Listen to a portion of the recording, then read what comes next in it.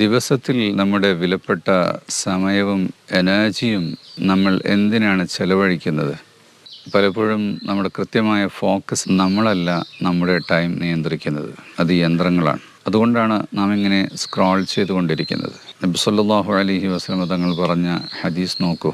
നിഅമതാനി മഗ്ബൂനും ഫീഹിമ കസീറും മിനന്നാസ് അസ്സിഹ്ഹത്തു വൽ ഫറാഗ്.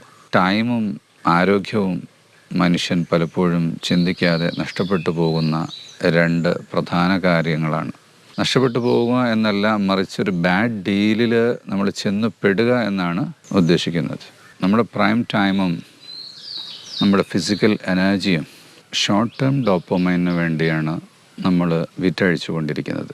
എന്ത് കണ്ടൻറ്റ് കാണണം, എന്ത് കണ്ടൻറ്റ് വാങ്ങണം, എത്ര സമയം ചെലവഴിക്കണം എന്ന കാര്യത്തിൽ നമുക്ക് തീരുമാനമില്ലാതെ യന്ത്രങ്ങൾ അക്കാര്യം തീരുമാനിക്കുമ്പോഴാണ് നമ്മുടെ സമയം